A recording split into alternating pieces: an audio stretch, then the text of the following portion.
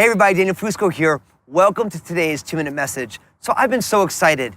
Just recently, I released a brand new book called Upward, Inward, and Outward. Loving God, loving yourself, and loving people. I hope that you've gotten yourself a copy. If you haven't, listen, wherever you like to buy books, you can get yourself a copy. Now, one of the things that I talk about a lot in the book is that this is what I like to call a God-breathed system for living. The idea of God's breath or God-breathed speaks of the work of the Spirit of God, right? And God's system for living, that every single one of us is always living upward. We have some sort of a relationship with God, whether we don't believe in God or whatever we believe about God. That upward experience actually leads us inward to our identity, how we view ourselves, which I call inward.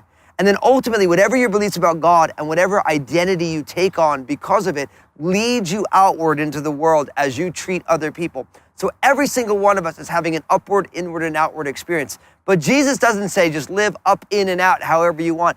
Jesus gets very specific about what it's supposed to look like, who God is, and because of who God is, who we are, and then because of who God is and who God says we are, how we live in the world. And so I simply want to encourage you to live upward, inward, and outward exactly the way Jesus wants you to. So listen, here's what I want you to do. First, will you share this video? All of us are living upward, inward, and outward, but Jesus is the greatest person who ever lived. He's the greatest teacher who ever lived, and Jesus wants us to live up, in, and out in a very specific way. And then also in the comment sections, will you talk to me a little bit about your upward, inward, and outward experience? What do you believe about who God is?